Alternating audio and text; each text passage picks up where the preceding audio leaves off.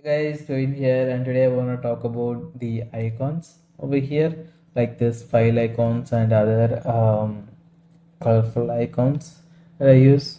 Um, Everything here comes from this VS Code icons by Roboto. So this is part of Iconify.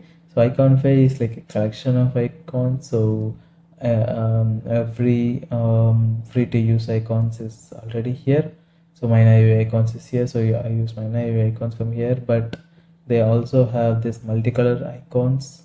So things like emojis and logos and everything comes under this multicolor icon, and for anything such as SVG logos or like actual emojis, I just come over here, click on something and copy it from here. So it's very easy to you can just copy to clipboard SVG, JSX, anything, and you can use this Iconify package in your app for like the actual SVG, JSX, TSX, anything that you want. So it is supported in all the language, so you can just use it in your app easily.